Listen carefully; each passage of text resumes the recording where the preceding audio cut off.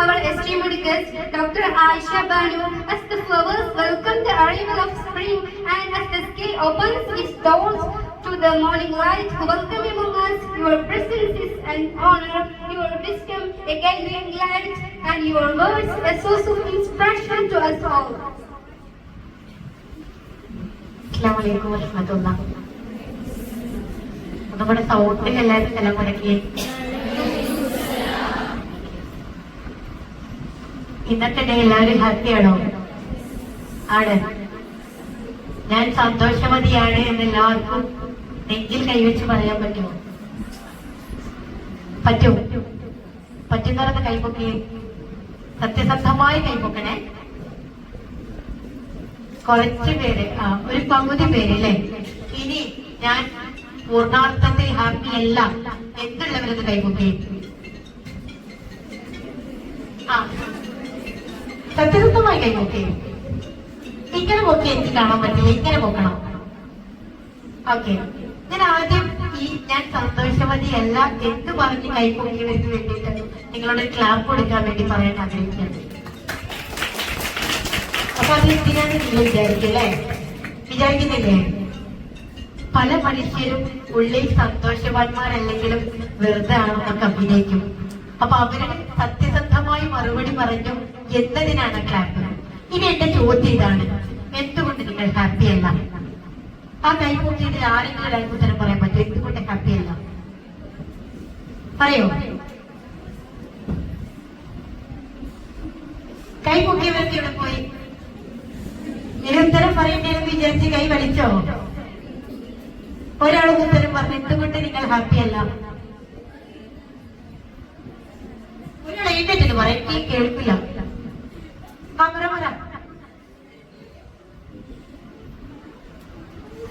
ആരുമില്ല. ഓക്കെ, സന്തോഷവതികളാണ് എന്ന കൈപൊക്കിയ ടീമുണ്ടല്ലോ. നമുക്ക് ഏത് ടീമാണ് ജയിക്കാൻ നോക്കാലോ. നിങ്ങളുടെ കാരണം ഒരാളൊന്ന് എണീറ്റെന്ന് പറഞ്ഞേ, എന്തുകൊണ്ട് നിങ്ങൾ ഹാപ്പിയാണ്? അതിനുമാണില്ലേ കൈപൊക്കെ? ഞാൻ വിചാരിച്ചത് എന്താണെന്നറിയോ, ഈ അൽവർദ വിമൻസ് കോളേജിലെ കുട്ടികളൊക്കെ ഭയങ്കര പ്രതികരണ ശേഷിയുള്ള കുട്ടികളാണ്. എന്തെങ്കിലുമൊക്കെ ചോദിച്ച ഓൺ ദി സ്പോട്ട് മറുപടിയൊക്കെ പറയുന്നവരാന്നാണ്. അങ്ങനെയല്ലേ? അപ്പൊ അത് നിങ്ങൾ തെറ്റിക്കാൻ പാടില്ല. അപ്പൊ വേഗം ഉത്തരം തരുന്നേ. ഹാപ്പിയാണെന്ന് പറഞ്ഞ ഒരാൾ പറയും, മുന്നിൽ കൈ കുട്ടിയിരുന്നാലുണ്ടല്ലോ അല്ലെ? എന്തുകൊണ്ടാണ് നിങ്ങൾ ഹാപ്പിയാണെന്ന് പറയാൻ കാരണം? എന്താണ്? സങ്കടമില്ല. എന്തുകൊണ്ട് സങ്കടമില്ല? ഓക്കെ, നല്ലൊരു ഉത്തരമാണ്. സങ്കടത്തെ കുറിച്ച് ചിന്തിക്കാറില്ല, അതുകൊണ്ടാണ് ഹാപ്പിയാണ്. നല്ല ആൻസറാണ്. ഇനി ഹാപ്പി എല്ലാം പറഞ്ഞ ഒരാള് ഒന്ന് പറയോ? എന്താണ് ഉത്തരവില്ല? വെറുതെ ഹാപ്പി അല്ല. എന്താണ്? എണീറ്റെന്ന് പറയോ? അപ്പൊ എന്തായാലും ടീം ജയിച്ചത് സന്തോഷക്കാരാണ് അല്ലെ? ഒരാളെപ്പോഴും പറഞ്ഞത് സമയം പറയും. അപ്പൊ എന്തുകൊണ്ടാണ് നിങ്ങളോട് നിങ്ങളെ ഹാപ്പിയാണോ എന്ന് ചോദിച്ചു തുടങ്ങിയെന്നറിയോ? നമ്മുടെ ഒരു ജീവിതത്തിന്റെ ഒരു ദിവസത്തിന്റെ തുടക്കത്തിലാണ് ശരിക്കും നമ്മളിപ്പോൾ നിൽക്കുന്നത് അല്ലെ? ഒരു ഉച്ചവരെയുള്ള ഒരു സമയത്തിന്റെ തുടക്കവും ഉച്ച മുതൽ മൈക്ക് വരെയുള്ള ഒരു സമയം അതിന്റെ പകുതിയും അല്ലെ? അതിനുശേഷമുള്ള ഒരു സമയം അതിന്റെ എന്തൊക്കെയാണ്? അപ്പൊ ഈ തുടക്കത്തിൽ നമ്മൾ ഹാപ്പി അല്ലെങ്കിൽ അന്നത്തെ ദിവസം മുഴുവൻ നമുക്ക് പോയി എന്നാണ്. തുടക്കത്തിൽ നമുക്ക് ഹാപ്പി ആണെങ്കിൽ ആ ദിവസം പ്രൊഡക്റ്റീവാക്കി മാറ്റാൻ, ക്രിയേറ്റീവാക്കി മാറ്റാൻ നമുക്ക് സാധിക്കുമെന്നുള്ളതാണ്. ഇവിടെ സന്തോഷവതികളല്ല എന്ന് പറഞ്ഞവരോട് എനിക്ക് ഒന്ന് രണ്ട് കാര്യങ്ങൾ സൂചിപ്പിച്ചുകൊണ്ട് തുടങ്ങാനാണ് ആഗ്രഹിക്കുന്നത്. ചിലപ്പോ നിങ്ങൾക്ക് എന്തെങ്കിലും വീട്ടിലെ പ്രയാസങ്ങൾ ഉണ്ടാകാം അല്ലെ? അല്ലെങ്കിൽ മറ്റെന്തെങ്കിലും നിങ്ങൾ ഇടപെടുന്ന മേഖലകളിലെ ഇടങ്ങളിലെ എന്തെങ്കിലും ബുദ്ധിമുട്ടുകൾ നിങ്ങളെ ബാധിക്കുന്നുണ്ടാകാം. എന്തോ ആയിക്കോട്ടെ, നമ്മുടെ ജീവിതത്തിൽ എപ്പോഴും ഹാപ്പി ആയിരിക്കുക എന്നതാണ് സക്സസിലേക്കുള്ള ആദ്യത്തെ പോയിന്റ്. ആ ഹാപ്പി ആയിരിക്കാൻ നമ്മൾ ചെയ്യേണ്ട ആദ്യ കാര്യം എന്താണെന്നറിയോ? എപ്പോഴും എൻഗേജ്ഡ് ആയിക്കൊണ്ടിരിക്കാം, ബിസി ഷെഡ്യൂൾ ആയിക്കൊണ്ടിരിക്കാം. തിരക്കുള്ള ജീവിതത്തിൽ എവിടെയാണ് നമുക്ക് ടെൻഷൻ അടിക്കാൻ സമയമുള്ളത്? ഇപ്പൊ നേരത്തെ ഇവിടെ വിദ്യാർത്ഥിനി പറഞ്ഞു, ഞാൻ ടെൻഷനെ കുറിച്ച് ആലോചിക്കാറില്ല. നല്ലൊരു ഉത്തരാണ് അല്ലേ? നമ്മളിത് വെറുതെ ഇരിക്കുമ്പോഴാണ് നമുക്ക് ആലോചിക്കാൻ കുറെ സമയം കിട്ടുന്നത്. അപ്പോഴാണ് നമ്മൾ 5-6 കൊല്ലം മുമ്പ് നടന്ന കാര്യങ്ങളെ കുറിച്ച് പോലും ഓർത്തോർത്ത് സങ്കടപ്പെട്ട് ആ ദിവസം കളഞ്ഞ് ആ ദിവസത്തിന്റെ ക്ഷീണത്തിൽ പിറ്റേത്തെ ദിവസവും കളഞ്ഞില്ലേ? അങ്ങനെ നമ്മുടെ ഏറ്റവും നല്ല ആരോഗ്യത്തിന്റെ സമയം നമ്മളത് നശിപ്പിക്കുകയാണ്. എന്തോ നടന്ന കാര്യങ്ങളെ ഓർത്ത് അല്ലെങ്കിൽ ഓവർ തിങ്കിങ് കൊണ്ട് ചിലപ്പോ ഒന്നും ഉണ്ടാവില്ല. നമ്മളെ കൂടെ ഉള്ള ആളും നമുക്ക് ചിരിച്ചിട്ടുണ്ടാവില്ല. അപ്പൊ നമുക്ക് തോന്നുന്നത് അവൾക്ക് എന്നോട് എന്തോ ഒരു പ്രശ്നം ഉണ്ടെന്ന് ചിരിച്ചിട്ടില്ല. അപ്പൊ നമ്മുടെ ഉള്ളില് ആ കുട്ടിയോട് ഒരു ദേഷ്യം തോന്നി തുടങ്ങി. അതോടെ നമ്മളുടെ മനസ്സെന്താവാണ്? ജീർണിച്ചു തുടങ്ങുകയാണ് അല്ലെ? നമ്മുടെ സമാധാനം പോവാണ്. ചിലപ്പോ അയാൾ ചിരിക്കാത്തത് അയാൾക്ക് അന്ന് എന്തെങ്കിലും ഭയങ്കര ടെൻഷനുള്ള ദിവസമാവും. നിങ്ങൾ ഇവിടെ എത്ര പേര് ഹാപ്പി അല്ലാന്ന് ചോദിച്ചപ്പോ പലരും കൈമുട്ടിയില്ലേ? അതുപോലെ ഹാപ്പി അല്ലാത്ത മനുഷ്യരാണെങ്കിലും അവരാ ദിവസം അവർക്ക് എടുത്താൽ പോകാത്ത ഭാരവും കൊണ്ടാണെങ്കിലും അവർ നമ്മുടെ മുന്നിൽ പ്രസന്റ് ആയിട്ടുള്ളത്. ചിലപ്പോ ചിരിക്കാൻ പോയിട്ട് മുന്നിലുള്ള ആളെ പോലും കാണാതെ ജീവച്ഛവുമായി ജീവിക്കുന്ന എത്രയോ മനുഷ്യര് നമുക്ക് ചുറ്റുമുണ്ട്. എന്നിട്ട് നമ്മൾ എന്ത് ചെയ്യും? അവരൊന്നും ചിരിച്ചില്ല, അപ്പുറത്ത് പോയി കുറ്റം പറയും. മോളി നിന്നോട് ചിരിച്ചില്ല, വല്ലാത്തൊരു സാധനം തന്നെ എന്നൊക്കെ പറയും നമ്മള്. എന്നിട്ട് ആ പാവ കുട്ടിയെ കുറിച്ച് നമ്മളൊരു നെഗറ്റീവ് ഡയറക്ഷൻ കൊടുക്കും. അങ്ങനെയല്ലേ ഉണ്ടാവാറുള്ളത്? അപ്പോ ഞാൻ തുടങ്ങി വെച്ചത് എന്താണെന്നറിയോ? നിങ്ങൾ അൽബർട്ട വിമൻസ് കോളേജിൽ പഠിക്കുന്ന പെൺകുട്ടികളാണ്. മറ്റേതെങ്കിലും സ്കൂളുകളിലോ ഹയർ സെക്കൻഡറികളിലോ കോളേജുകളിലോ പഠിക്കുന്ന വിദ്യാർത്ഥിനികളെ പോലെയല്ല നിങ്ങൾ. ഒരേ സമയം മതപഠനവും അതേസമയം ഭൗതിക പഠനവും ഒന്നിച്ച് കരസ്ഥമാക്കിക്കൊണ്ടിരിക്കുന്ന ഏറ്റവും ഭാഗ്യശാലികളായിട്ടുള്ള പെൺകുട്ടികൾ എന്നാണ് ഞാൻ നിങ്ങളെ വിളിക്കാൻ ആഗ്രഹിക്കുന്നത്. നിങ്ങൾക്ക് ഭയങ്കര ഭാഗ്യമാണ്. കാരണം ഒരേ സമയം 2 നോളജ് കിട്ടുക എന്ന് പറയുന്നത് അത്ര നിസ്സാര കാര്യമല്ല. അതിനപ്പുറത്തേക്ക് ഇപ്പോ എനിക്ക് മുന്നേ ഇവിടെ സംസാരിച്ച പെൺകുട്ടികളെ നിങ്ങൾ ശ്രദ്ധിക്കുകയാണ്. ആങ്കർ ചെയ്ത മോളൊക്കെ എത്ര രസമായിട്ടാണ് അവർക്ക് സംസാരിക്കുന്നത്. നിങ്ങൾക്ക് പഠനത്തിനപ്പുറത്തേക്ക് പാഠ്യേതര മേഖലകളിൽ നിങ്ങളുടെ സ്കില്ലുകൾ വർദ്ധിപ്പിക്കാൻ വേണ്ടിയിട്ട്, നിങ്ങളുടെ കഴിവുകൾ പരിപോഷിപ്പിക്കാൻ വേണ്ടിയിട്ടുള്ള പ്രവർത്തനങ്ങളും പ്രോഗ്രാമുകളും പോലും ഈ സ്ഥാപനം നൽകുന്നു എന്നുള്ളത് നമുക്ക് വലിയ സന്തോഷമുള്ള കാര്യമാണ്. ചിലപ്പോ ഈ പഠിക്കുന്ന കാലത്ത് നമുക്ക് അതിന്റെ മധുരം മനസ്സിലാവില്ല, നമുക്ക് ഇഷ്ടാവില്ല. പല ക്യാമ്പസുകളിൽ പഠിക്കുന്ന കുട്ടികൾ പറയുന്ന ഒരു കാര്യം, ഇപ്പൊ നമ്മളൊക്കെ ഓരോ ക്യാമ്പസിൽ പഠിച്ചിറങ്ങിയവരാണ്. അപ്പൊ പഠിക്കുന്ന കാലത്ത് നമുക്ക് ആ ക്യാമ്പസിൽ ഇഷ്ടായിക്കൊള്ളുന്നില്ല, അവിടുത്തെ അധ്യാപകരുടെ സ്ട്രിക്റ്റ് ചിലപ്പോൾ ഇഷ്ടായിക്കൊള്ളുന്നില്ല.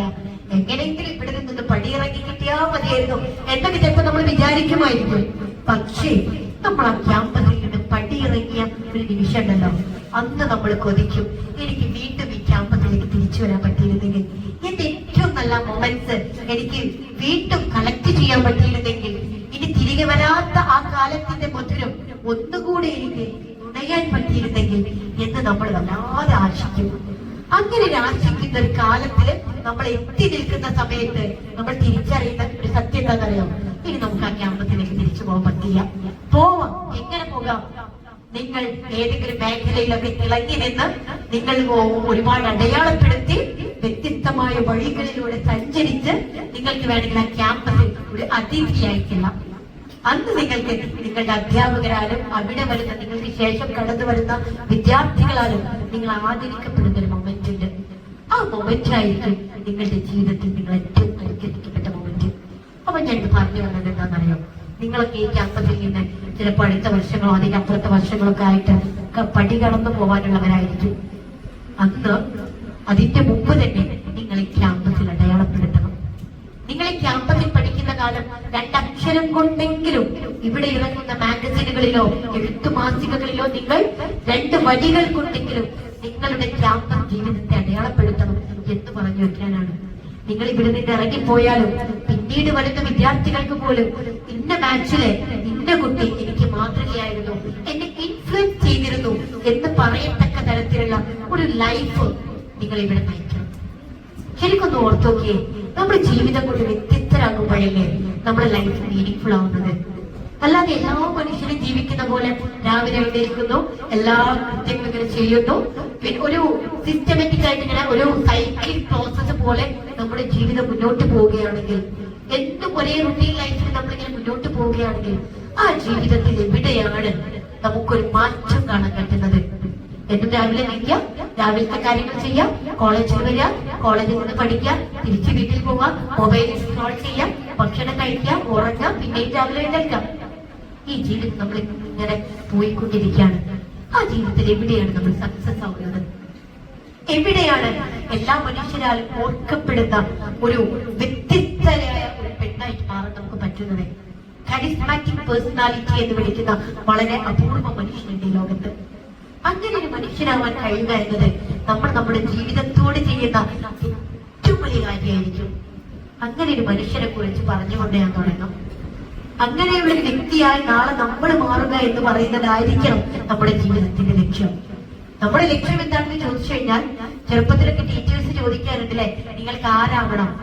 ഞാൻ എന്റെ ക്ലാസ്സിൽ പഠിക്കുന്ന ഇത്രയും കുട്ടികളിൽ നിന്ന് ഞാൻ ഇന്നേ വരെ ഒരു ഡോക്ടർ, എഞ്ചിനീയർ, ടീച്ചർ, പൈലറ്റ് തുടങ്ങിയ കുറച്ച് കോഴ്സുകളല്ലാതെ ഒരു വിദ്യാർത്ഥി പോലും എനിക്കൊരു കരിസ്മാറ്റിക് പേഴ്സണാലിറ്റി ഉള്ള, അല്ലെങ്കിൽ എനിക്ക് സമൂഹത്തെ, ഈ രാജ്യത്തെ സെർവ് ചെയ്യാൻ പറ്റുന്ന ഏറ്റവും നല്ലൊരു രാഷ്ട്രീയക്കാരനോ രാഷ്ട്രീയക്കാരിയായോ മാറണമെന്ന്, അല്ലെങ്കിൽ നല്ലൊരു സോഷ്യൽ വർക്കറായി മാറണമെന്ന്, അതുമല്ലെങ്കിൽ ഈ രാജ്യത്തിന് തന്നെ ഏറ്റവും നല്ല രീതിയിൽ നയിക്കുന്ന ഒരു പ്രസിഡന്റോ ഒരു പ്രൈം മിനിസ്റ്ററോ ആവണമെന്ന് ഞാൻ ഇതുവരെ കുട്ടിയും പറഞ്ഞു കേട്ടിട്ടില്ല.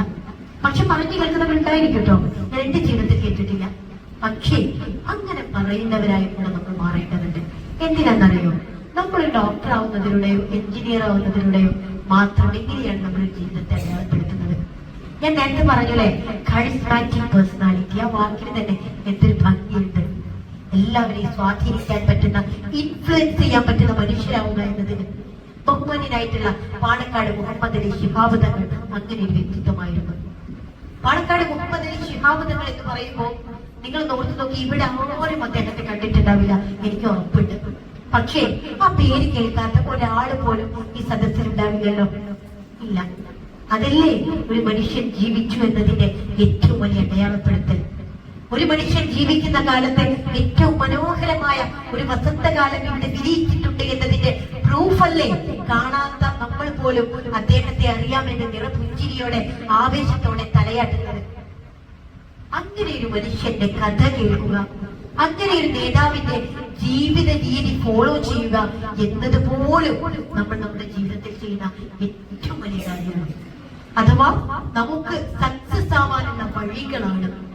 മുഹമ്മദ് അലി ശിഹാബ് തങ്ങൾ എന്ന് പറയുമ്പോൾ ഇന്ന് നമുക്കറിയാം, സംവിധാനങ്ങളും സൗകര്യങ്ങളും വിദ്യാഭ്യാസ സ്ഥാപനങ്ങളും ഒക്കെ ഒരുപാട് വർദ്ധിച്ചു വന്നുകൊണ്ടിരിക്കുന്ന ഒരു കാലഘട്ടത്തിലാണ് നമ്മൾ ജീവിച്ചുകൊണ്ടിരിക്കുന്നത്. മുഹമ്മദ് അലി ശിഹാബ് തങ്ങളുടെ കാലത്ത് വിദേശത്തൊക്കെ പോയി മലബാറിലെ, പ്രത്യേകിച്ചും മലപ്പുറത്തെ ആളുകളൊക്കെ പഠിക്കുക എന്ന് പറയുന്നത് വളരെ അപൂർവമായിരുന്നു.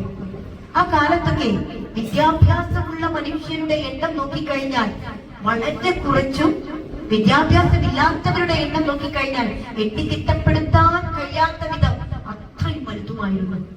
എന്നാൽ ഇന്ന് കാലം മാറി, വിദ്യാഭ്യാസമില്ലാത്തവരുടെ എണ്ണം പുതിയ തലമുറയിൽ നമുക്ക് മഷിയിട്ട് തിരഞ്ഞാൽ പോലും കിട്ടുമോ എന്നുള്ളത് സംശയമാണ്. എല്ലാവരും എഡ്യൂക്കേറ്റഡ് ആയിക്കൊണ്ടിരിക്കുന്ന ഒരു കാലമാണ്. ഈ കാലത്ത് എത്രത്തോളം നിങ്ങൾക്ക് അതിന്റെ പ്രാധാന്യം മനസ്സിലാകുമെന്ന് എനിക്കറിയില്ല. പക്ഷേ മുഹമ്മദ് അലി ശിഹാബ് തങ്ങൾ അന്ന് പലർക്കും എഴുത്തും വായനയും പോലും അറിയാത്ത ആ ഒരു കാലത്ത് ഈജിപ്തിൽ പോയി പഠിക്കുകയും ബിരുദം നേടുകയും അവിടെ ഒരു പ്രൊഫസർ ആവാൻ വരെയുള്ള സാധ്യത ലഭിക്കുകയും ചെയ്തിട്ടുള്ള ഒരു മനുഷ്യനാണ്. അലസർ യൂണിവേഴ്സിറ്റിയിൽ പഠിക്കുകയും അവിടുത്തെ ഏറ്റവും നല്ലൊരു സ്റ്റുഡന്റ് ആവുകയും തിരിച്ച് നാട്ടിലേക്ക് പോരേണ്ടി വരുന്നത് തന്റെ പാപ്പ പൂക്കോയി തങ്ങളുടെ ഒരൊറ്റ വിലയിലൂടെയാണ്. ശിഹാബ് തങ്ങൾക്ക് ആഗ്രഹമുണ്ടായിരുന്നു അവിടെ പ്രൊഫസറൊക്കെ ആയി വ്യത്യസ്ത രാജ്യങ്ങളിൽ നിന്ന് വരുന്ന അത്രയും കാലിബറുള്ള ടാലന്റഡ് ആയിട്ടുള്ള വിദ്യാർത്ഥികളെ പഠിപ്പിക്കാൻ. പക്ഷെ നമുക്ക് ഒരുപാട് പാഠങ്ങളുണ്ട് ശിഹാബ് തങ്ങളുടെ ജീവിതത്തെ ചിത്രത്തിൽ. എന്താണെന്ന് വെച്ചാൽ, ഒന്ന് നമ്മൾ പറഞ്ഞു, വിദ്യാഭ്യാസം നേടില്ലേ, അക്കാലത്ത് ഏറ്റവും നല്ല വിദ്യാഭ്യാസം നേടി. അങ്ങനെ ഒരുപാട് ജോലി സാധ്യതകൾ ഇങ്ങനെ തേടി വന്നപ്പോ ബാപ്പ പൂക്കോയി തങ്ങൾക്ക് എന്തോ മകനെ പുറത്തേക്ക് വിടാൻ ആഗ്രഹം വന്നില്ല. ആ മകനോടുള്ള അടങ്ങാതിഷ്ടമായിരിക്കണം. അതല്ലെങ്കിൽ പൂക്കോയി തങ്ങളുടെ കാലശേഷം ഈ ഉമ്മത്തിനെ നയിക്കാൻ, ഇവിടുത്തെ ജനങ്ങളെ നയിക്കാൻ പ്രാപ്തനായത് ഈ മകനാണെന്ന ബോധ്യം ഉള്ളിലുള്ളത് കൊണ്ടായിരിക്കണം മോന് തിരിച്ചു വരണമെന്ന് ബാപ്പ പറയാണ്. നമ്മളാണെങ്കിലോ ഇത്രയും കഷ്ടപ്പെട്ട് പഠിച്ചിട്ട് നല്ല ജോലി നേടാനുള്ള അവസരം ഉണ്ടായിട്ട് ഇതൊക്കെ ഒഴിവാക്കി പോവേ, ഞാനില്ല എന്ന് പറയൂലേ. തങ്ങൾ പുറത്തൊന്നും പറഞ്ഞില്ല. ആ ബാപ്പയുടെ വാക്കുകൾ ശിരസ വഹിച്ച് നാട്ടിലേക്ക് എത്തുകയാണ്. ആ മകനറിയാം തന്റെ ബാപ്പ തന്റെ പിന്നെ ഫ്യൂച്ചറൊന്നും കളഞ്ഞ് എന്തോ ചെയ്യാൻ വേണ്ടിയിട്ടൊന്നും അല്ല. തന്റെ പാപ്പ എന്തെങ്കിലുമൊക്കെ കണ്ടിട്ടുണ്ടാകും. ദീർഘവീക്ഷണമുള്ള നേതാവാണ്. എന്ത് കാര്യത്തിലും അദ്ദേഹം എന്തെങ്കിലും നല്ലതൊക്കെ കണ്ടുവച്ചിട്ടുണ്ടാകുമെന്നുള്ള ഒരു പ്രതീക്ഷയിൽ തങ്ങള് തിരിച്ചു നാട്ടിലേക്ക് വന്നു. കുറച്ചു കാലമൊക്കെ കഴിഞ്ഞു. ബഹുമാന്യനായിട്ടുള്ള മുക്കോയത്തങ്ങൾ ഇഹലോകവാസം വെടിയുകയാണ്. അതുവരെ രാഷ്ട്രീയത്തിലേക്ക് ഇറങ്ങണമെന്ന് ചിന്തിക്കുക പോലും ചെയ്യാത്ത പാണക്കാട് മുഹമ്മദ് അലി ശിഹാബ് തങ്ങളെ പൂക്കോയ തങ്ങളുടെ സ്ഥാനത്തേക്ക്, ആ മരത്തേക്ക് സ്ഥാനമേൽപ്പിക്കുന്ന സമയത്ത് അദ്ദേഹം പറയുന്നുണ്ട്, അന്ന് രാത്രി കഥകടച്ച് ഒരുപാട് കരഞ്ഞിട്ടുണ്ട് എന്ന്. കാരണം അത്രയും വലിയൊരു പൊസിഷനാണ് അപ്രതീക്ഷിതമായി തലയിൽ വന്ന് വീഴുന്നത്. ഒരു സ്ഥാനം എന്ന് പറയുന്നത് അലങ്കാരമല്ല, അതൊരു അമാനത്താണ്. ശുദ്ധിയുള്ള മനുഷ്യർക്ക്, സത്യസന്ധതയുള്ള മനുഷ്യർക്ക് ഒരു സ്ഥാനം വന്നു ചേരുക എന്ന് പറഞ്ഞാൽ അതൊരു ഭയമാണ്. കാരണം ആ പൊസിഷനോട് നീതി പുലർത്താൻ കഴിയണം. തന്റെ ജീവിതത്തിൽ എന്തെങ്കിലും നമ്മൾ ഒറ്റയ്ക്ക് ഒരാളായി ജീവിക്കുന്ന സമയത്ത് തെറ്റുകൾ വന്നു പോകുന്ന പോലെയല്ല, നമ്മൾ സ്ഥാനത്തിരിക്കുമ്പോൾ ആ സ്ഥാനത്തെ കളങ്കപ്പെടുത്തുന്ന ഒരു തരത്തിലുള്ള വാക്കോ പ്രവൃത്തിയോ ആ മനുഷ്യനിൽ നിന്നുണ്ടാവാൻ പാടില്ല. സ്വാഭാവികമായും അത്രകാലം രാഷ്ട്രീയത്തിലൊന്നും കൂടുതൽ പ്രവർത്തിച്ച് പരിചയമില്ലാത്ത തങ്ങൾക്ക്, തന്റെ അക്കാഡമിക്സിൽ മാത്രം ഫോക്കസ് ചെയ്യണമെന്ന് ആഗ്രഹിച്ചിരുന്ന തങ്ങൾക്ക്, തന്റെ ബാപ്പയുടെ വിയോഗം തീർത്ത ശൂന്യതയിലേക്ക് പകരക്കാരില്ലെന്നറിയുമ്പോൾ ബഹുമാന്യനായിട്ടുള്ള മുഹമ്മദ് അലി ശിഹാബ് തങ്ങളോട് നിങ്ങൾ ഈ പോസ്റ്റിൽ, ഈ പദവിയിൽ ഇരിക്കണമെന്ന്, ഈ ഉമ്മത്തിന് വെളിച്ചമാകണമെന്ന് പറയുമ്പോൾ അവസാനം തങ്ങൾ അത് ഇരു കൈയും നീട്ടി സ്വീകരിക്കുകയാണ്. ഉള്ളിൽ കനലെരിയുന്നുണ്ട്, പക്ഷെ തങ്ങൾ അത് കാണിച്ചില്ല. പിന്നീട് അങ്ങോട്ട് നടന്നത് ഒരു ചരിത്രമാണ്. എങ്ങനെയുള്ള ചരിത്രം? എന്തൊക്കെ പ്രയാസങ്ങളിലൂടെ, പ്രതിസന്ധികളിലൂടെ നമ്മുടെ കേരളക്കര പോയി, എന്തൊക്കെ വർഗീയ കലാപങ്ങൾ ഇവിടെ ഉണ്ടായി. ആ സമയത്തൊക്കെയും ഇവിടുത്തെ ഉമ്മത്തിനോട്, ഇവിടുത്തെ മുസ്ലിം സമുദായത്തോട്, ന്യൂനപക്ഷത്തോട് നിങ്ങൾ ഒരിക്കലും വികാരത്തിനടിമപ്പെടരുത്, നിങ്ങൾ വിവേകമുള്ള മനുഷ്യരാവുക, നിങ്ങൾ സംയമനം പാലിക്കുക എന്ന് പാണക്കാട്ടിൽ നിന്നും മുഹമ്മദ് അലി ശിഹാബ് തങ്ങൾ നിർദ്ദേശിക്കുമ്പോൾ, ആഹ്വാനം ചെയ്യുമ്പോൾ എല്ലാ മനുഷ്യരും ഇങ്ങനെ ദേഷ്യം പിടിച്ച് വിറളി കൊണ്ട് നിൽക്കുന്ന സമയത്ത് പോലും തങ്ങൾ പറഞ്ഞതല്ലേ കേൾക്കാം എന്ന് കരുതി സമാധാനപ്പെടുന്ന ഏറ്റവും മനോഹരമായിട്ടുള്ള ഒരു കാഴ്ചയാണ് പിന്നീട് കേരളക്കര കണ്ടത്.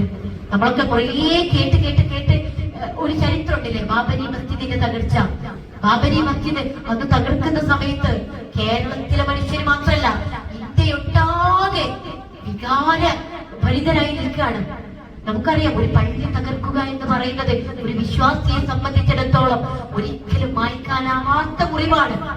ആ മുറിവ് വർഷങ്ങൾ പിന്നിട്ടാലും നൂറ്റാണ്ടുകൾ പിന്നിട്ടാലും നമുക്ക് എത്ര ലേപനം പുരട്ടിയാലും ആ മുറിവ് ഉണക്കാൻ പറ്റില്ല. പക്ഷെ നമ്മൾ വിചാരിക്കുന്നുണ്ടോ തങ്ങൾക്ക് ആ മുറിവില്ലാത്തത് കൊണ്ടാണെന്ന്, തങ്ങൾക്ക് വേദന ഇല്ലാത്തത് കൊണ്ടാണെന്ന്? അല്ല.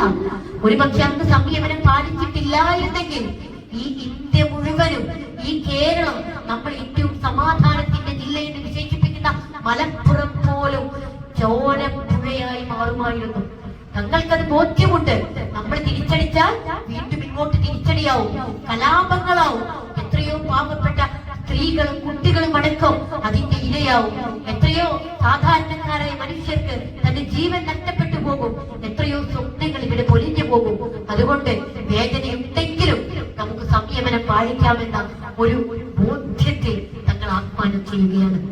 ഇങ്ങനെ ഏതൊക്കെ കലാപങ്ങൾ വന്ന സമയത്ത്, എന്തൊക്കെ പ്രശ്നങ്ങൾ വന്ന സമയത്ത് മതേതരത്വം ഉയർത്തിപ്പിടിച്ചുകൊണ്ട് നിന്ന ആ പ്രിയപ്പെട്ട തങ്ങള് വല്ലാത്തൊരു മാതൃകയായിരുന്നു. ഇവിടെ ന്യൂനപക്ഷ സമുദായത്തിന് മാത്രമല്ല, തങ്ങൾ എന്ന് പറയുമ്പോൾ എല്ലാ ജാതിയിലും, എല്ലാ മതത്തിലും, എല്ലാ രാഷ്ട്രീയത്തിലും പെട്ട മനുഷ്യർക്ക് അതൊരു ആശ്വാസ കേന്ദ്രമായിരുന്നു, ഒരു ആശ്വാസ കേന്ദ്രമാണ്. MP വീരേന്ദ്രകുമാർ അവരുടെ ഒരു എഴുത്ത് ഞാൻ വായിച്ചിട്ടുണ്ട്. ക്ഷമയുടെ മിനാരങ്ങൾ എന്ന് പറഞ്ഞ ഒരു പുസ്തകത്തില് ഒരുപാട് നേതാക്കൾ, തങ്ങളുമായി ഇടപെട്ട ഒരുപാട് വ്യത്യസ്ത മേഖലകളിൽ കഴിവ് തെളിയിച്ച മനുഷ്യര് അവരുടെ ലേഖനങ്ങൾ എഴുതിയ ഒരു പുസ്തകമാണത്. ആ പുസ്തകത്തില് വീരേന്ദ്രകുമാർ MP പറയുന്നത്, ഒരിക്കൽ അദ്ദേഹത്തിന്റെ സുഹൃത്തുമായി അദ്ദേഹം പാണക്കാട് മുഹമ്മദ് അലി ശിഹാബ് തങ്ങളെ കാണാൻ പോയി എന്നാണ്. ആ സുഹൃത്തിനെന്തോ ഒരു പ്രതിസന്ധിയുണ്ട്, ഒരു പ്രയാസമുണ്ട്. അപ്പൊ ആ പ്രയാസത്തിന് എന്തെങ്കിലും ഒരു പരിഹാരം കാണും, സൊല്യൂഷൻ കിട്ടണം. അതിനു വേണ്ടിയിട്ടാണ് ബഹുമാന്യനായിട്ടുള്ള മുഹമ്മദ് അലി ശിഹാബ് തങ്ങളുടെ ചാരത്തേക്ക് അവർ പോയിട്ടുള്ളത്. അവിടെ എത്തിയപ്പോൾ തങ്ങൾ എല്ലാ കേൾക്കുകയും ഏറെ ക്ഷമയോടുകൂടി ശ്രമിച്ചിരിക്കുകയും അവർക്ക് ഏറ്റവും നല്ല ഒരു സൊല്യൂഷൻ തന്നെ കണ്ടെത്തി കൊടുക്കുകയും ചെയ്തു എന്നുള്ളത് അദ്ദേഹം വളരെ സന്തോഷത്തോടു കൂടി ആ പുസ്തകത്തിൽ വിവരിക്കുന്നുണ്ട്. ഇങ്ങനെ ഒരാളല്ല, 10,000-കണക്കിന് മനുഷ്യർക്ക് തങ്ങൾ ചെയ്തു കൊടുത്ത നന്മയുടെ സുകൃതത്തിന്റെ കഥകൾ പറയാറുണ്ട്. അതുകൊണ്ടുകൂടിയാണ് വർഷങ്ങൾക്കിപ്പുറവും നമ്മൾ തങ്ങളെ ഓർക്കുന്നത്. അപ്പൊ നമ്മൾ വിചാരിക്കും തങ്ങള് രാഷ്ട്രീയത്തിലും മതരംഗത്തും മാത്രം നിറഞ്ഞു നിന്ന, നേരത്തെ ഞാൻ പറഞ്ഞ പോലെ കുറച്ച് വിദ്യാഭ്യാസമൊക്കെ നേടിയിട്ടുള്ള ഒരാളാണ്. അതിനപ്പുറത്തേക്ക് തങ്ങൾ എന്തെങ്കിലും ചെയ്തിട്ടുണ്ടോ എന്ന് നമ്മൾ ചിന്തിക്കുന്നുണ്ടാവും അല്ലേ? തങ്ങൾ എല്ലാം തികഞ്ഞൊരു മനുഷ്യനായിരുന്നു. ഞാൻ അങ്ങനെയാണ് പറയാം. എന്റെ ജീവിതത്തില് ഇത്രയും കാലത്ത് എന്നെ സ്വാധീനിച്ച ഒരേ ഒരു മനുഷ്യനുണ്ടെങ്കിൽ അത് പാണക്കാട് മുഹമ്മദ് അലി ശിഹാബ് തങ്ങളാണ്. അദ്ദേഹത്തെക്കാളേറെ ഇന്നേ വരെ ഈ ലോകത്തിന്റെ മറ്റൊരു മനുഷ്യനും സ്വാധീനിച്ചിട്ടില്ല. എനിക്ക് അദ്ദേഹത്തെ നേരിൽ കാണാനുള്ള ഭാഗ്യം ഉണ്ടായിട്ടുണ്ട്. ഞാനൊരു 8ാം ക്ലാസ്സിലോ 9ാം ക്ലാസ്സിലോ പഠിക്കുമ്പോഴാണ് തങ്ങൾ ഈ ലോകത്തോട് വിട പറയുന്നത്. ഞാൻ ചെറുപ്പത്തിലേ എന്റെ ഉപ്പയുടെ കൂടെ പാണക്കാട് പോവാറുണ്ടായിരുന്നു. ഉപ്പ ഒരു രാഷ്ട്രീയക്കാരനായിരുന്നു. അപ്പോ എന്നെ അത്ഭുതപ്പെടുത്തിയ കാര്യം എന്താണെന്നറിയോ? എനിക്ക് 5 വയസ്സുള്ള ഒരു സമയമാണ്. നിങ്ങൾ പാണക്കാട് പോയിട്ടുണ്ടോ എന്ന് എനിക്കറിയില്ല. തങ്ങളുടെ വീടിന്റെ പുറത്തൊക്കെ ഈ മനുഷ്യരിങ്ങനെ കാത്തിരിക്കും. വല്ല സമ്മേളനത്തിൽ പോയ പ്രതീതിയാണ് എപ്പോഴും പാണക്കാട് മുറ്റത്തുണ്ടാവുക. ചൊവ്വാഴ്ചകളിലാണ് അവർ വീടുകളിൽ ഉണ്ടാവുക. ആ ചൊവ്വാഴ്ച പോലും അവർക്ക് വിശ്രമിക്കാനുള്ള സമയം കിട്ടില്ല. അങ്ങനെ അന്ന് തങ്ങളുടെ അടുത്ത് പോയപ്പോൾ ഞങ്ങൾ അവിടെ ഉപ്പ ഒക്കെ സ്വാഭാവികമായിട്ട് തങ്ങളായിട്ട് നല്ല ബന്ധമുണ്ട്. തങ്ങൾ ഞങ്ങളെ കണ്ടപ്പോൾ തന്നെ അകത്തേക്കൊക്കെ വിളിച്ചു വരുത്തി അങ്ങനെ ഇങ്ങനെ സംസാരിക്കാണ്. അപ്പൊ അന്ന് മദ്രസയിലെ പേപ്പർ കിട്ടി. 1ാം ക്ലാസ്സിലാണെന്നാണ് എന്റെ ഓർമ്മ. എല്ലാ വിഷയത്തിലും ഫുൾ മാർക്ക് ഉണ്ട്. ഒരു വിഷയത്തില് ഉസ്താദ് 1/2 മാർക്ക് കുറച്ചു. അപ്പൊ ഞാൻ ഭയങ്കര സങ്കടത്തിലാണ്. അപ്പൊ അതിന് വലിയ സങ്കടം. പിന്നെ വലുതായപ്പോഴാണ് നമുക്ക് കുറെ മാർക്ക് 1/2 മാർക്ക് 1 മാർക്കും കുറയുന്നതൊന്നുമല്ല ജീവിതം എന്ന ബോധ്യപ്പെടലുണ്ടാവുന്നത്. ഞാൻ ഭയങ്കര സങ്കടത്തിലാണ്. അപ്പൊ ഉപ്പ ഇങ്ങനെ പറഞ്ഞു, തങ്ങൾ ചോദിച്ചു എന്താ ഇവർക്ക് എപ്പോഴും ഉണ്ടാവുന്ന ഒരാവേശമൊന്നും ഇല്ലല്ലോ? ഞാനിങ്ങനെ അവിടെ ഓടി ഇവിടെ ഓടി, നമുക്ക് ആ സമയത്ത് പക്വതയൊന്നും ഇല്ലല്ലോ. നമുക്ക് എങ്ങനെ ഒരു സ്ഥലത്ത് പോയാൽ നിൽക്കണമെന്നൊന്നും അറിയില്ല. എല്ലായിടത്തും കയറിപ്പാഞ്ഞ് കളിക്കുന്ന ഒരു പ്രായമാണ്. അപ്പൊ ഇവൾക്ക് എന്താ പറ്റിയത്? ആള് ഭയങ്കര മൂഡ് ഓഫ് ആണല്ലോ എന്നൊക്കെ പറഞ്ഞപ്പോ ഉപ്പ പറഞ്ഞു അവള് ചെറിയൊരു സങ്കടത്തിലാണ്. ഉസ്താദ് ഒരു സബ്ജക്റ്റിൽ 1/2 മാർക്ക് കുറച്ചു. അപ്പൊ അതിന്റെ കാരണം പണ്ടേ എന്തെങ്കിലും എനിക്കൊരു ഒരു കാര്യം ശരിയല്ലെന്ന് തോന്നിക്കഴിഞ്ഞാൽ, അനീതിയുണ്ട് അതിലെന്ന് തോന്നിക്കഴിഞ്ഞാൽ ചോദ്യം ചെയ്യലും കൂട്ടത്തിലാണ് ഞാൻ ചെറുപ്പത്തില്. അപ്പൊ എനിക്കതൊരു അനീതിയായി തോന്നി. കാരണം ഞാൻ കറക്റ്റ് പെർഫെക്റ്റ് ഉത്തരം എഴുതിയിട്ടുണ്ടല്ലോ. പിന്നെ എന്തിനാണ് മാർക്ക് കുറച്ചു എന്നുള്ളത്. അപ്പൊ ഉസ്താദ് പറഞ്ഞത് കണ്ടുപറ്റാതിരിക്കാനാണ്. അപ്പൊ എനിക്ക് ആ ഉത്തരം പ്രതീക്ഷിച്ചില്ല. കാരണം ആ പ്രായത്തില് നമുക്കതൊന്നും അത്ര ഇഷ്ടാവില്ല. അപ്പൊ ഞാൻ ഉപ്പാനോട് ഞാൻ പറയാണ്, എന്റെ കണ്ടുപറ്റുന്നതും കണ്ടുപറ്റാത്തത് എന്തിനാണ് ഉസ്താദ് നോക്കുന്നത്? ഞാൻ എഴുതിയതിന് അർഹിച്ച മാർക്ക് അദ്ദേഹത്തിന് തന്നുകൂടായിരുന്നു. അങ്ങനെ ഉപ്പ അത് തങ്ങളോട് അവതരിപ്പിക്കുകയാണ്. എന്നെ അത്ഭുതപ്പെടുത്തിയ കാര്യം തന്നാണ്. പുറത്തൊക്കെ മനുഷ്യര് വെയിറ്റ് ചെയ്യുന്നുണ്ട്, പ്രശ്നങ്ങൾ പറയാൻ, പ്രതിസന്ധികൾ പറയാൻ, പരിഭവങ്ങൾ പറയാൻ, തങ്ങളുടെ അടുത്ത് നിന്ന് സൊല്യൂഷൻ കിട്ടാനൊക്കെ ഇങ്ങനെ വെയിറ്റ് ചെയ്തുകൊണ്ടിരിക്കുകയാണ്. അപ്പോഴും ഇതൊരു കുട്ടിന്റെ ഒരു ചെറിയ കഥയല്ലേ അല്ലേ? പ്രത്യേകിച്ച് കാര്യമാക്കേണ്ട കാര്യമൊന്നുമില്ല എന്ന് തങ്ങൾക്ക് ചിന്തിക്കുകയായിരുന്നു. എത്ര ശ്രദ്ധാപൂർവ്വം നല്ല തിരക്കിനിടയിലും ആ മനുഷ്യൻ ഈ കഥയൊക്കെ ഞാനിങ്ങനെ പറഞ്ഞെടുക്കുക, വിവരിച്ചെടുക്കുകയാണ്. പ്രത്യേകിച്ച് നമുക്ക് തന്നെ തിരക്കിനെ കുറിച്ച് ഒരു ബോധമില്ലാത്തൊരു കാലത്ത് ഇദ്ദേഹത്തിന് സമയമില്ലെന്ന് പോലും ചിന്തിക്കാതെയാണ് ഞാൻ ആരോടോ എന്റെ വീട്ടിലെ വല്ല അംഗത്തോട് വർത്തമാനം പറയുന്ന പോലെ ഇതിങ്ങനെ എക്സ്പ്ലെയിൻ ചെയ്ത് കൊടുക്കുന്നത്. തങ്ങൾ മുഖത്ത് യാതൊരു ഭാവഭേദവും വരുത്താതെ എന്നെ ഇങ്ങനെ കേട്ടിരിക്കാം. അതിനിടയിൽ ഉപ്പ് എക്സ്പ്ലെയിൻ ചെയ്ത് കൊടുക്കുന്നുണ്ട്, കേട്ടിരിക്കാം. ഒക്കെ കഴിഞ്ഞിട്ട് തങ്ങളൊരു മറുപടി. ആ മറുപടി ഇങ്ങനെയാണ്, നമുക്കൊരു കാര്യം ചെയ്യാം, ഇനി ആ ഉസ്താദിനെ കാണുമ്പോൾ പറയട്ടോ, ഇനി ഒരിക്കലും ഇങ്ങനെ മാർക്ക് കുറയ്ക്കരുത് എന്ന് പറയാട്ടോ. അപ്പൊ ഞാനിപ്പോ ഇങ്ങനെ വലുതായപ്പോ ഞാൻ ഇങ്ങനെ ആലോചിക്കാണ്, ഒരു ചെറിയ മോളുടെ ഒരു പരാതിയാണ്. ആ പരാതിക്ക് പോലും തങ്ങൾ തന്നൊരു മറുപടി എത്ര രസകരമാണ്, എത്ര ചിന്തിപ്പിക്കുന്നതാണ്.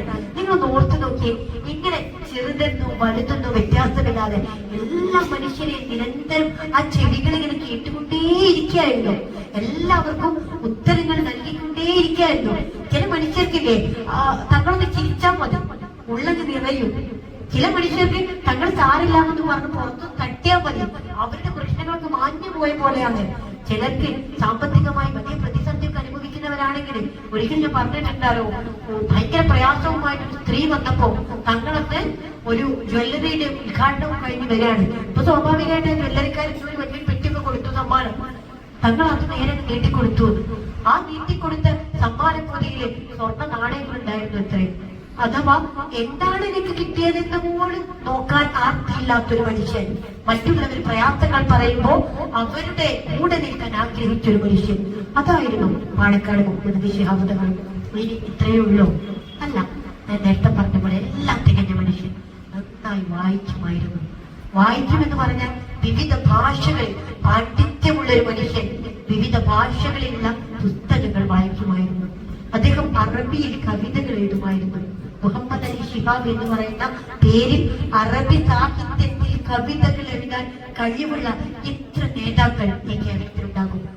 അങ്ങനെ ബഹുഭാഷാ പണ്ഡിതനായ തങ്ങൾ ഒരിക്കൽ പോലും എനിക്ക് കുറെ ലാംഗ്വേജ് അറിയാം എന്ന് പറഞ്ഞ് മൈക്കിന് മുന്നിൽ വന്നതിന്റെ ഇംഗ്ലീഷിലും അറബിയിലും ഇങ്ങനെ പ്രസംഗിച്ച് ആളുകളെ ഭയങ്കര വശീകരിക്കാനൊന്നും ശ്രമിച്ചിട്ടില്ല. പക്ഷെ അറിവും അദ്ദേഹത്തിന്റെ അകത്തളങ്ങളുണ്ടായിരുന്നു. മാത്രമല്ല, അദ്ദേഹം ഒരുപാട് ഗ്രന്ഥശേഖരങ്ങൾ അദ്ദേഹത്തിന്റെ വീടിനകത്തും അതുപോലെ തന്നെ പുറത്തു പോകുമ്പോൾ കാറിൽ നിന്നായാലും ട്രെയിനിൽ നിന്നായാലും ഫ്ലൈറ്റിൽ നിന്നായാലും വായിക്കാൻ വേണ്ടിയിട്ട് തന്റെ ബാഗിൽ സ്ഥിരമായ പുസ്തകങ്ങൾ കരുതുമായിരുന്നു എന്നാണ് പറയുന്നത്. ഒരുപാട് വായിക്കുന്ന മനുഷ്യർക്ക് ആഴത്തിലുള്ള അറിവുണ്ടാകും. ആ പരന്ന വായനയുടെ പ്രതിഫലനം കൂടിയായിരുന്നു അദ്ദേഹത്തിന്റെ ജീവിതത്തിലൂടെ നീളം കണ്ടിരുന്നത്. ഇനി ഇത്രയാണ് കാര്യങ്ങൾ അല്ല, ഇതിനെല്ലാം അപ്പുറത്തേക്ക് നന്നായിട്ട് യാത്ര ചെയ്യുന്ന ഒരു മനുഷ്യനായിരുന്നു താങ്കൾ. ഇന്നത്തെ കാലത്ത് പോലും യാത്ര പോവാ എന്ന് പറയുമ്പോൾ അക്സെപ്റ്റ് ചെയ്യുന്ന എത്ര മനുഷ്യരുണ്ട്? സ്ഥിരമായിട്ടൊന്ന് യാത്ര പോയി കഴിഞ്ഞാൽ ഒരു പണിയും എങ്ങനെ ടൂർ പോയിരിക്കാണ് എന്ന് പറയും അല്ലേ? ഈ പുതിയ കാലത്ത് പോലും അങ്ങനെ കമന്റ് പറയുന്ന ആളുകളുണ്ട്. യാത്രയുടെ പ്രാധാന്യം എത്രത്തോളമാണെന്ന് തിരിച്ചറിയാത്ത മനുഷ്യർ ഈ 2025 ഉണ്ടാകുമ്പോഴാണ് വർഷങ്ങൾക്ക് മുമ്പ് തങ്ങള് യാത്ര എന്ന് പറയുന്നത് ഓരോ മനുഷ്യന്റെയും ജീവിതത്തിൽ അത്യന്താപേക്ഷിതമായ കാര്യമാണെന്ന് തിരിച്ചറിയുന്നതും അതിനു വേണ്ടിയിട്ട് സമയം കണ്ടെത്തുന്നതും. തങ്ങൾ കുറെ യാത്രകൾ പോയിട്ടുണ്ട്.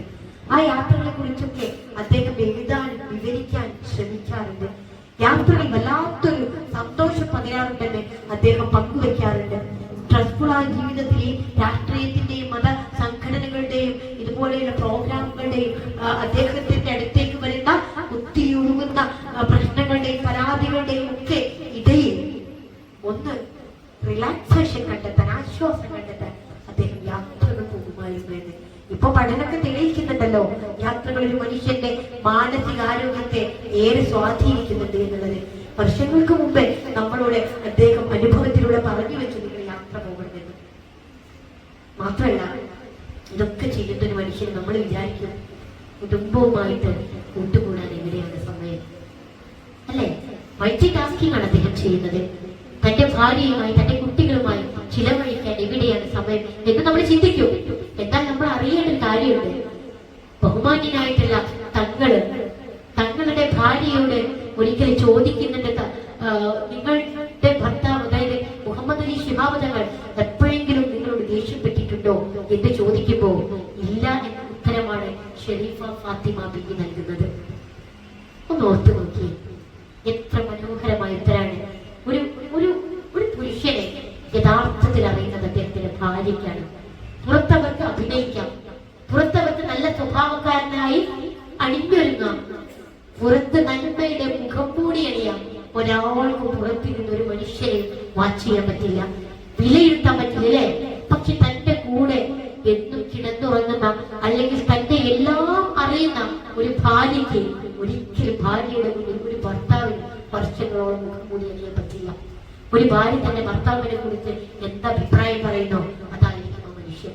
തന്റെ ഭാര്യക്ക് തന്റെ മക്കൾക്ക് പോലും ഒരു അഭിപ്രായക്കേടും ആ പിതാവിനോടോ ഭർത്താവിനോടോ ഉണ്ടായിരുന്നില്ല. ഇത്രയൊക്കെ തിരക്ക് പിടിച്ചോടിയിട്ടു അവരുടെ കാര്യങ്ങൾ കൃത്യമായി ചെയ്തു കൊടുക്കാൻ ആ മനുഷ്യൻ മറന്നില്ല എന്നത് ഒരു ആൾ ഏത് മേഖലയിൽ എത്ര തിളങ്ങിയാലും അവർക്ക് തന്റെ കുടുംബത്തോടും പ്രതിബദ്ധത ഉണ്ടായിരിക്കണമെന്ന് നമ്മളുടെ ജീവിതം കൊണ്ട് പഠിപ്പിച്ചു തരികയായിരുന്നു മുഹമ്മദ് അലി ശിഹാബ് തങ്ങൾ.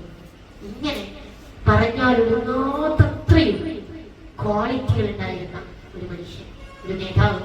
ആ നേതാവിനെ കുറിച്ച് ഞാനിത് പറഞ്ഞു തുടങ്ങിയത് കഴിഞ്ഞ ഓഗസ്റ്റ് 1 അദ്ദേഹത്തിന്റെ ഓർമ്മ ദിനമായിരുന്നു. 16 വർഷം പിന്നിട്ടു ബഹുമാനായിട്ടുള്ള തങ്ങൾ നമ്മളോട് വിട പറഞ്ഞു പോയിട്ട്. ഒരിക്കല് ഇന്ത്യൻ ഫുട്ബോൾ പ്ലെയർ കൂടിയായിരുന്ന അനസെടുത്തൊടിക പങ്കുവെച്ചത് ഞാൻ ഓർക്കുകയാണ്. അദ്ദേഹത്തിൽ പറഞ്ഞു, ഞാൻ 2 പേര് മരിച്ചപ്പോഴാണ് എന്റെ ജീവിതത്തിൽ കരഞ്ഞത് എന്ന്. അപ്പൊ ആരൊക്കെ മരിച്ചപ്പോഴാണ്? ഒന്ന് എൻ്റെ ഉമ്മ മരിച്ചപ്പോഴാണ്, ഒന്ന് പാണക്കാട് മുഹമ്മദ് അലി ശിഹാബ് തങ്ങൾ മരിച്ചപ്പോഴാണ്. നിങ്ങൾ ഓർത്ത് നോക്കിയേ. പറയുമ്പോൾ ഈ പറയുന്ന വ്യക്തി മുസ്ലിം ലീഗിൽ പ്രവർത്തിക്കുന്ന ഒരാളൊന്നല്ല, അല്ലെങ്കിൽ മുസ്ലിം ലീഗിൽ തങ്ങളുമായിട്ട് അടുത്തിടപഴകിയ തങ്ങളെ കാണാൻ പോലും ഭാഗ്യം കിട്ടിയിട്ടില്ല എന്നാണ് ഞാൻ വിശ്വസിക്കുന്നത്. അങ്ങനെ തങ്ങളെ കണ്ടിട്ടില്ലാത്ത, തങ്ങളെ കേട്ടിട്ടില്ലാത്ത, തങ്ങളുമായി യാതൊരു ബന്ധവും പുലർത്തിയില്ലാത്ത മനുഷ്യർ പോലും തങ്ങളുടെ വിയോഗത്തിൽ പൊട്ടിക്കരയണമെങ്കിൽ ആ മനുഷ്യൻ എത്രത്തോളം മറ്റുള്ള മനുഷ്യരുടെ ഹൃദയത്തിലേക്ക് വേരുകൾ ആഴ്ത്തിറക്കിയിട്ടുണ്ട് എന്ന് നമ്മൾ ആലോചിക്കണ്ടേ? ഇനി നമ്മളെ കുറിച്ച് ആലോചിക്കാം, നമ്മളെ കുറിച്ച് ആലോചിക്കാം. നമ്മൾ പെട്ടെന്ന് ഒരു ദിവസം മരിച്ചു പോവാണ്, നമ്മളെ ഓർക്കാൻ എത്ര ആളുകളുണ്ടാവും? നിങ്ങളൊന്ന് ആലോചിച്ചേ, എത്ര ആളുകളുണ്ടാവും? ചിലപ്പോ നമ്മൾ ഉമ്മമാരെ കരയുമായിരിക്കും അല്ലേ? വീട്ടിൽ ഉപ്പ ചിലപ്പോ ഒന്ന് പൊട്ടിക്കരയുമായിരിക്കും. ചിലപ്പോ വീട്ടിലെ സിബ്ലിങ്സിനും 2-3 ദിവസമൊക്കെ സങ്കടം ഉണ്ടാവുമായിരിക്കും. പിന്നെ ഒരു മറക്കും. കാരണം എന്താ?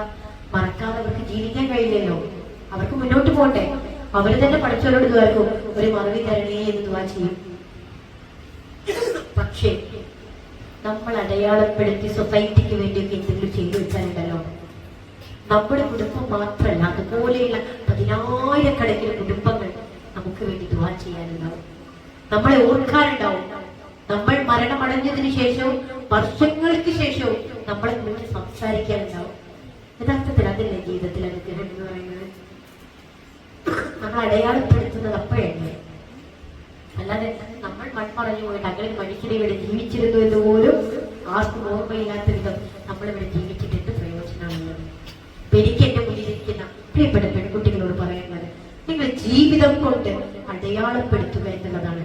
ആ അടയാളപ്പെടുത്താൻ നമുക്ക് ജീവിതത്തിൽ കുറച്ച് ശീലങ്ങളൊക്കെ കൊണ്ടുവരാം.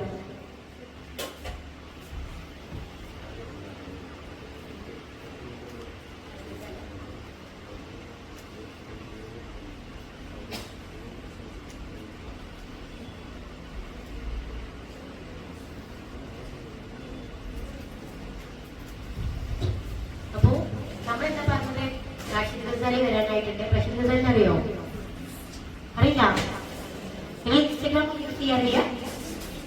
യൂസ് ചെയ്യാറുണ്ട്? യൂസ് ചെയ്യുന്നവരെ കൈവക്കി യൂസ് ചെയ്യുന്നവരൊക്കെ ഉണ്ട്. എന്നിട്ട് നിങ്ങള് എന്തിനാണ് ഇൻസ്റ്റഗ്രാം യൂസ് ചെയ്യുന്നത്? വെറുതെ റീൽസ് കണ്ടിരിക്കും അല്ലേ? ആണോ? എന്റെ പ്രിയപ്പെട്ട സഹോദരിമാരോട്, എന്റെ അനിയത്തിമാരോട്, അല്ലെങ്കിൽ എന്റെ സുഹൃത്തുക്കളോട് എനിക്ക് പറയാനുള്ളത്, നമുക്കും ലൈഫിൽ അടയാളപ്പെടുത്തണ്ടേ? വേണ്ടേ? നമുക്ക് ഇന്ന് അടയാളപ്പെടുത്താൻ എന്ത് സുഖാന്നറിയുമോ? ഇൻസ്റ്റഗ്രാമിന്റെ ഒരു കാലത്ത് നിങ്ങൾ നന്നായിട്ട് വായിക്കാം, പുസ്തകങ്ങൾ വായിക്കാം. നിങ്ങൾ വായിച്ച പുസ്തകങ്ങള് നിങ്ങൾ അതിന്റെ ഫീഡ്ബാക്കിനെ കുറിച്ച് നിങ്ങൾ സോഷ്യൽ മീഡിയയിൽ എഴുതാം, നിങ്ങൾ അതിനെ കുറിച്ച് റിവ്യൂ പറയാം. ഇങ്ങനെ വ്യത്യസ്തമായിട്ടുള്ള കാര്യങ്ങൾ ചെയ്ത് നിങ്ങൾ അടയാളപ്പെടുത്താൻ ശ്രമിക്കാൻ എന്നതാണ് എനിക്ക് നിങ്ങളോട് പറയാനുള്ളത്. നിങ്ങളിപ്പോ കണ്ടിട്ടുണ്ടോ ഇൻസ്റ്റഗ്രാമിൽ കുറെ നല്ല നല്ല മോട്ടിവേഷന്റെ വീഡിയോ ഒക്കെ ചെയ്യുന്ന പെൺകുട്ടികള്? അവരിങ്ങനെ നോർമലി ഫ്രണ്ട് ക്യാമറ ഒക്കെ വെച്ചിട്ട് ടോപ്പിക്കുകളെ കുറിച്ച് ഇങ്ങനെ നോർമൽ ടോക്ക് പറയാണ്. പക്ഷെ അതുപോലെ കേൾക്കാൻ കുറെ ആളുകളുണ്ട്. നിങ്ങൾ എന്തിനാ മറ്റുള്ളവരുടെ ഡേ ഇൻ മൈ ലൈഫ് ഒക്കെ കണ്ട് സമയം കളയുന്നത്? അവരതൊന്നും പൈസ ഉണ്ടാക്കൂല, അവരിഷ്ടം പോലെ ലക്ഷ്യങ്ങൾ സമ്പാദിക്കും. നമുക്കോ പൈസയില്ല, സമയനഷ്ടം, എനർജി നഷ്ടം കിട്ടാനില്ല. സോ നിങ്ങൾക്ക് എന്തുകൊണ്ട് നല്ല കോണ്ടന്റ് വീഡിയോകൾ ചെയ്യണം? നിങ്ങൾക്ക് എന്തുകൊണ്ട് നല്ല എഴുത്തുകൾ എഴുതി മാസികകളിലേക്ക് നിങ്ങൾ പ്രസിദ്ധീകരിച്ചുകൂടാ? ഇതൊക്കെ ചെയ്തു കഴിഞ്ഞാൽ നിങ്ങൾക്ക് ഈ പഠിക്കുന്ന കാലത്ത് തന്നെ സമ്പാദ്യം ഉണ്ടാക്കാനും നിങ്ങളുടെ ജീവിതം കുറച്ചുകൂടെ അർത്ഥവത്താക്കാനും ഒക്കെ ഉപകരിക്കില്ലേ? കുറെ കാലം കഴിഞ്ഞ് ഞാൻ നേരത്തെ പറഞ്ഞ പോലെ നമ്മളെ മരണാനന്തര ശേഷവും നമ്മളെ ഓർമ്മിക്കൂലേ ആളുകള്?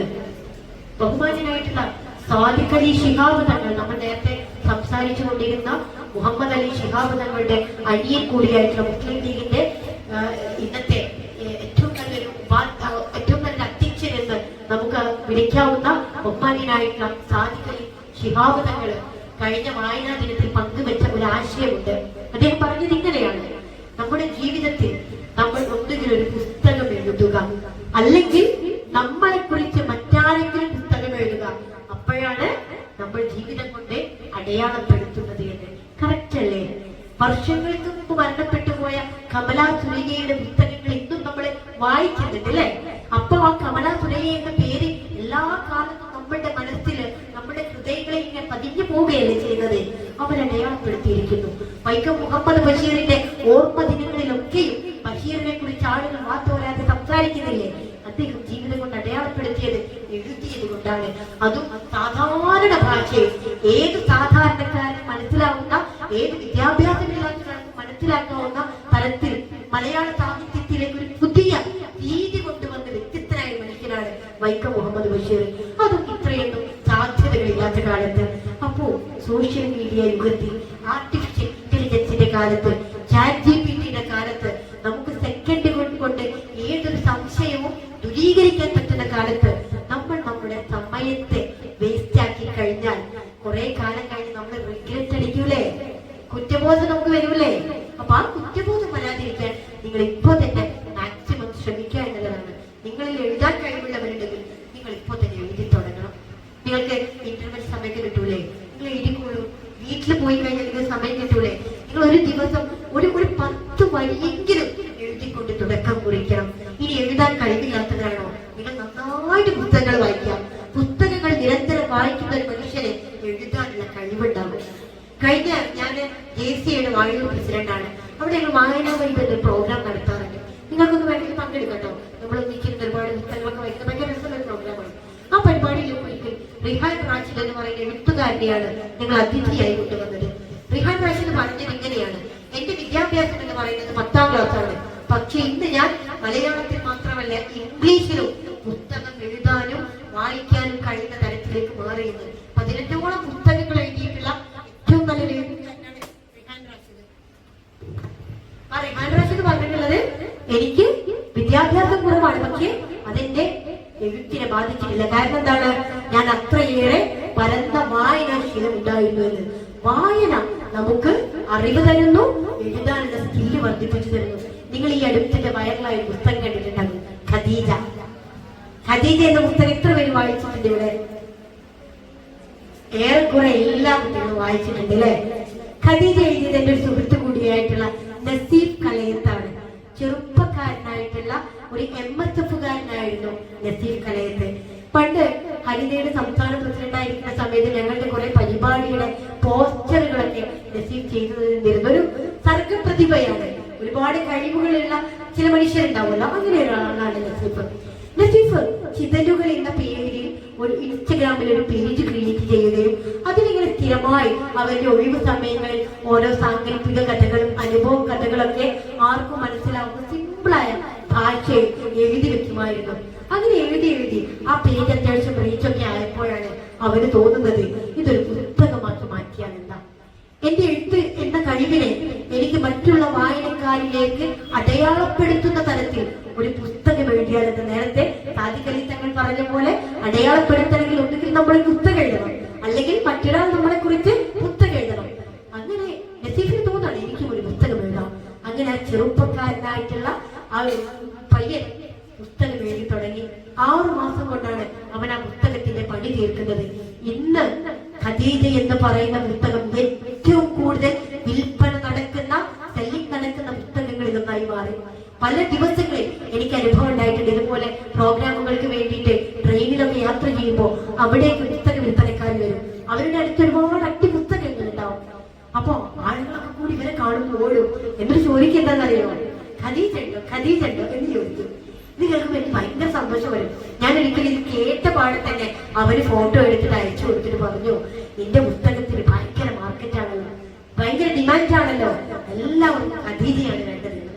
ഞാൻ പറഞ്ഞു വന്നത് എന്താണെന്നറിയോ?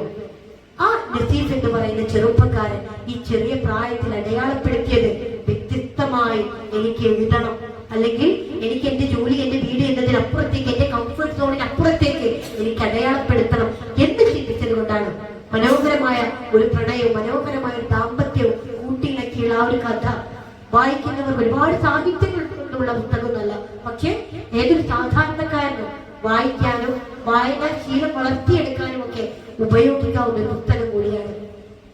ഇങ്ങനെ പുതിയ കാലത്ത് ട്രെൻഡ് ആയിക്കൊണ്ടിരിക്കുന്ന പല പുസ്തകങ്ങളും നിങ്ങൾ നോക്കിയേ. അഖിൽ പി ധർമ്മജന്റെ റാം കെയർ ഓഫ് ആനന്ദി എന്ന് പറയുന്ന പുസ്തകമുണ്ട്.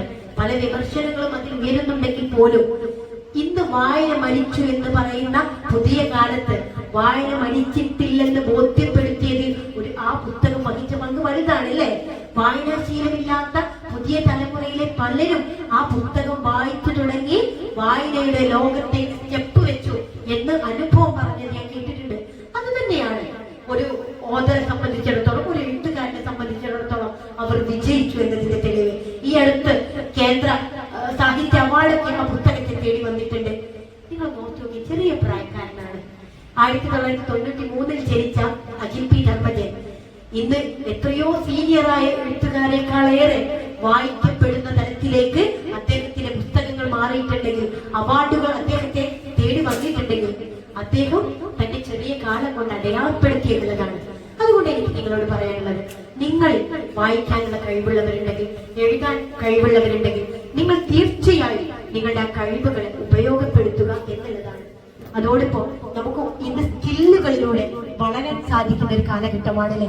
ഇന്ന് പാട്ടുപാടി, സംസാരിച്ച്, യാത്രകൾ പോയി, അഡ്വഞ്ചറസ് ആയിട്ടുള്ള ട്രാവൽ ചെയ്ത്, ഇങ്ങനെ വ്യത്യസ്തങ്ങളായിട്ടുള്ള മേഖലകളിലൂടെ ബഹുമാന്യനായിട്ടുള്ള റാഷിദ് ഗസാലി ഈ പ്രോഗ്രാമിലേക്ക് കടന്നു വരുന്നുണ്ട്. അദ്ദേഹത്തിന് തിരക്കുണ്ട്, അതുകൊണ്ട് ഞാൻ വഴി മാറാണ്.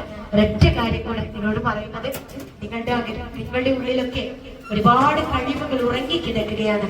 ആ കഴിവുകൾ എന്താണെന്ന് പുറത്തുള്ള ഒരു മനുഷ്യനല്ല അറിയുന്നത്, അത് നിങ്ങൾക്ക് മാത്രമാണ്. ഇപ്പൊ ഇവിടെ ഇരിക്കുന്ന ബഹുമാന്യനായിട്ടുള്ള റാഷിദ് ഗസാലി, അവര് ഫാറൂഖ് കോളേജിന് മുമ്പ് ചെയർമാൻ ആയിട്ടുള്ള ഒരു വ്യക്തിയാണ്. അതിനുശേഷം അദ്ദേഹത്തിന്റെ പാഷൻ തിരിച്ചറിയുകയും ആ പാഷനെ പ്രൊഫഷനാക്കി മാറ്റുകയും അങ്ങനെ തന്റെ ജീവിതത്തിൽ വലിയൊരു സാധ്യതകളിലേക്ക് നടന്നു കയറുകയും ചെയ്തൊരു മനുഷ്യനാണ്. ഇങ്ങനെ ഒരുപാട് വ്യക്തികൾ തന്റെ സ്കില്ലുകൾ, കഴിവുകൾ വളർത്തിയെടുത്തുകൊണ്ട് വ്യത്യസ്തരായിട്ടുള്ള ആ മനുഷ്യരായിട്ട്, വ്യത്യസ്തരായിട്ടുള്ള പ്രതിഭകളായിട്ട് അടയാളപ്പെടുത്തുന്നുണ്ട്. എനിക്ക് മുന്നിലിരിക്കുന്ന ഈ അൽമർദ ക്യാമ്പസിലെ ഓരോ പെൺകുട്ടികൾക്കും ഇങ്ങനെ പഠനത്തിനപ്പുറത്തേക്ക് നിങ്ങളുടെ കഴിവുകളെ കൊണ്ട് വളർത്തിയെടുക്കാൻ സമയം കാണാൻ സാധിക്കട്ടെ. നിങ്ങൾക്ക് ഒരുപാട് ഉയർച്ച ഉണ്ടാവട്ടെ എന്ന് മാത്രം പ്രാർത്ഥിച്ചുകൊണ്ട്, ആശംസിച്ചുകൊണ്ട് ഈ പ്രോഗ്രാമിന് എല്ലാവിധ അഭിവാദ്യങ്ങളും നേർന്നുകൊണ്ട് ഞാൻ നിർത്തുന്നു.